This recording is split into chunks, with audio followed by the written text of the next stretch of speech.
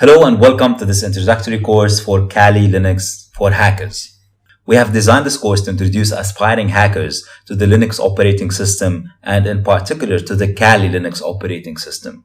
So if you're brand new to Linux, you've never used it before or you've never used Kali before, this is the perfect course for you. We're going to be building up on some basic skills and moving up gradually in the difficulty until you become proficient and very comfortable with Linux. This is not an advanced course though. You're not going to be doing any super difficult stuff and rebuilding Linux kernels and all that crazy stuff you hear about.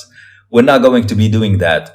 Our objective from this course is to make you as comfortable as possible with Linux operating systems. So if you encounter one during an ethical hacking engagement, you know exactly what to do. Or if you decide to use Linux at home, for example, instead of Windows, you'd be comfortable with using it, setting it up, and doing the day-to-day tasks that you do with your Windows operating system. First, let me start by saying Linux is really not that scary. It really isn't. A lot of people, when they see the command line, they freak out. To them, this is like a nightmare. What I want to do is I want to take this nightmare and show you how pretty and cute and lovely it could be.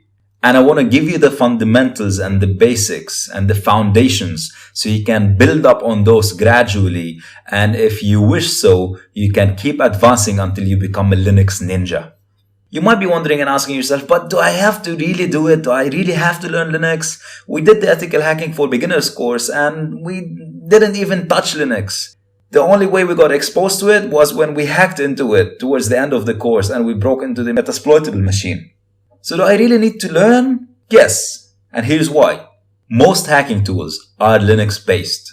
So if you're somebody who wants to take your ethical hacking career seriously, you absolutely definitely must learn Linux. It will make your life so much easier, trust me. It is a bit difficult at first, but by the end of this course, I can guarantee you that you're going to be falling in love with Linux. When you see the kind of things and tricks that you can do, you will start to wonder, how on earth did I do that without Linux before? Needless to say, you will also face Linux targets. We saw that in the Hacking for Beginners course, and you are going to be continuously seeing that throughout your career as an ethical hacker. So you must absolutely know your way around these targets. Speaking of targets, you might think that Linux is only on Linux servers, but you'd be surprised where else you can find this operating system. For example, did you know that Android is built on Linux? In the future, we might be releasing a course on Android hacking. If you don't know Linux, you're going to struggle with that course. But if you're comfortable with Linux, I'm not saying an expert and I'm not saying an advanced user. If you're just comfortable with Linux, you're comfortable with the fundamentals that we're going to be teaching in this course, you'll find yourself sailing through the Android course very comfortably. Not only Android, wireless controllers, firewalls, even TVs, your PlayStation, there are so many devices that are based in Linux. It's all around you. You might not know it, but it really is. So trust me on this. Get comfortable with Linux and you will be doing yourself a huge favor. This course is going to be focused on Kali. That does not mean that whatever we learn is not usable on other Linux systems. Of course it will be. 90% of the things that we're going to be talking about in this course, you can use on any Linux system. However, I want you to do this course on Kali so you can start familiarizing yourself with it. Kali is built on a Linux distribution called Debian. It's built for penetration testing and for forensics analysis. It has over 300 tools, meaning that this operating system is not suited for non-pen testers. It's designed, it's built, it's architectured for pen testers and forensics analysts. If you are not interested in pen testing, Kali is not for you. So pause for a second and think about that. If you're really not interested in Kali, don't use Kali. Download any other Linux version. You can still follow up with this course. Absolutely, no problem with that at all. But maybe you want to get used to another distribution. There's a ton more. For example, Red Hat is one that you constantly see in enterprises. If in your enterprise or at work you use Red Hat, you might want to get Fedora, for example, which is the free version of Red Hat. If you want to use Linux at home, you might want to get Ubuntu. It has one of the prettiest graphical user interfaces and it's super easy to use. So, if you're ready to carry on, I need you to keep this in mind. This course builds up on a lot of concepts from the Hacking for Beginners course.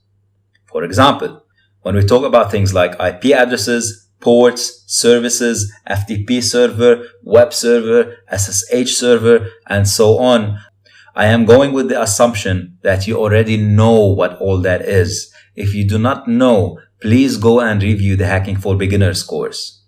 If you haven't done the course already, please go and do it. Make sure you're comfortable with these concepts before we proceed. Our focus in this course is on Linux commands and Linux configuration and so on. I don't want to be wasting a lot of time explaining what an IP address is. That's already been explained in other courses. Because we have a lot of ground to cover. A lot. We'll have a first quick look on Kali's interface, and then we'll dive straight away into some basic commands so you can get comfortable with navigating around the system.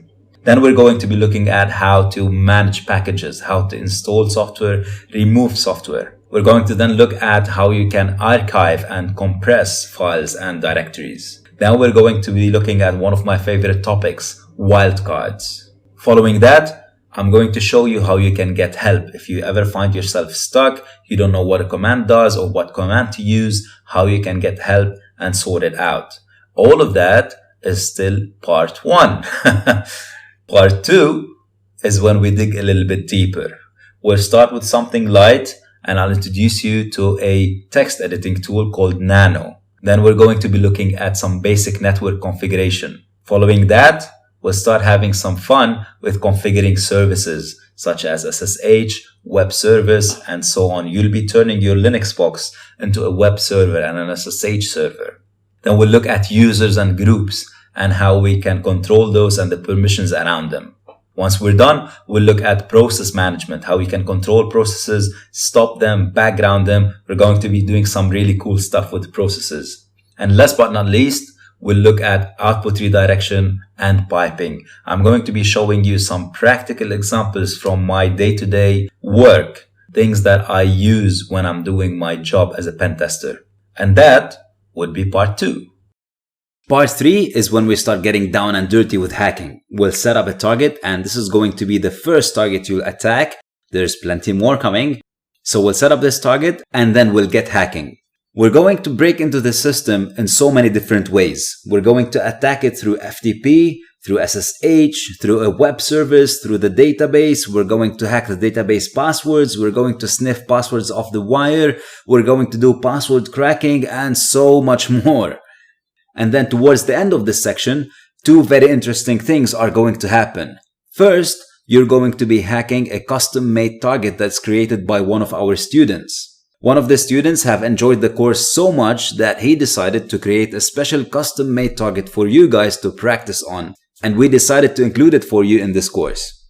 And the second thing, because hacking is not just about breaking things, and because to be a hacker, you need to know how to build things before you learn how to break things, I'm going to be showing you in this section how I built up a target for you for another course.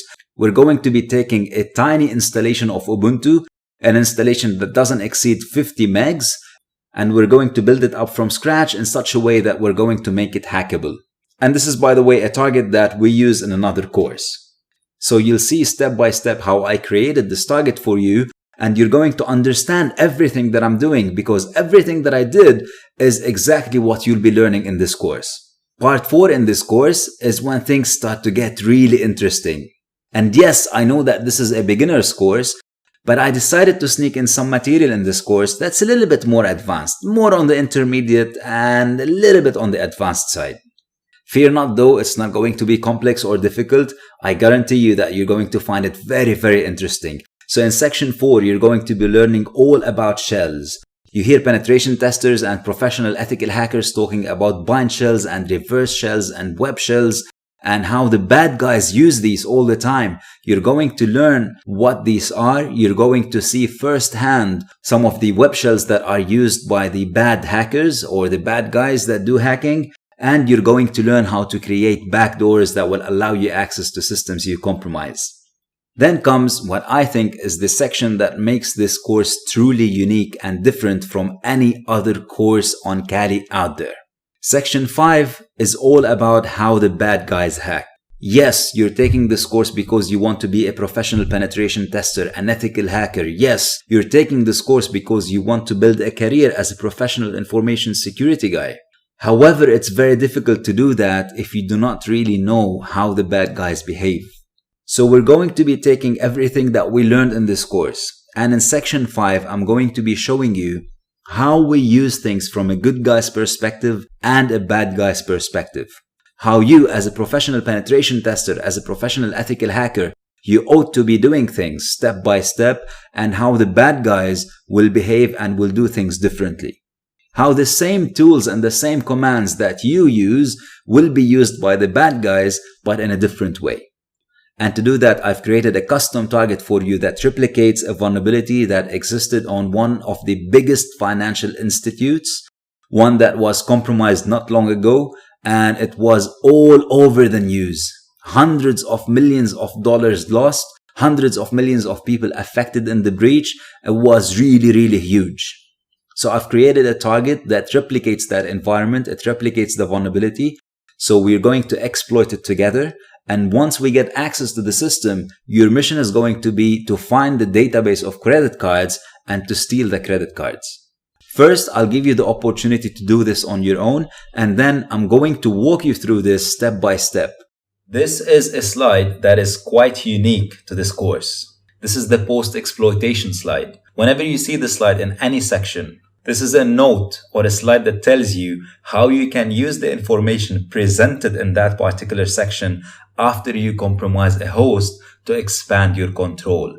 In other words, if you are in an ethical hacking engagement and you come across a Linux system that you managed to successfully get into, you compromise that Linux machine. Compromising it is not the end of the story. There's a lot more that can be done after you compromise the machine. Because normally, you would compromise the machine, but if the system administrator is a bit switched on, you wouldn't be able to get access as root straight away. You will get access as a low privileged user. And you will need to do some homework. You need to do some digging around to be able to find a vulnerability through which you can escalate your privileges and become root and take full control over your system. To do that, you're going to be needing some of the techniques that I'm going to be explaining in this course. So whenever you see the post-exploitation slide, pay special attention to it because it will give you some tips and tricks that you can use after you compromise a Linux host. Here's the setup that I'd like you to do before we get started. We're going to download and install Kali on a virtual machine. We've seen this before in other courses. We know what a virtual machine is and we know how to set it up. If you've not seen this before, a virtual machine emulates the functionality of a computer system. It's as if you have a separate physical computer. So you install this virtual machine software, usually VMware or VirtualBox, for example. And once that's set up on your, let's say, Windows system, inside that virtual machine, you can install another operating system, and that will be treated as a completely separate operating system. So what I'd like you to do is either install VMware or VirtualBox and then install Kali on either of them. I'm going to attach a link to a YouTube tutorial that I've done a while back. It is slightly outdated. It's an older version of Kali, but it still works perfectly fine. So go ahead, get it set up. Once you're ready, we can get started with the course. I really hope you're excited about this as I am.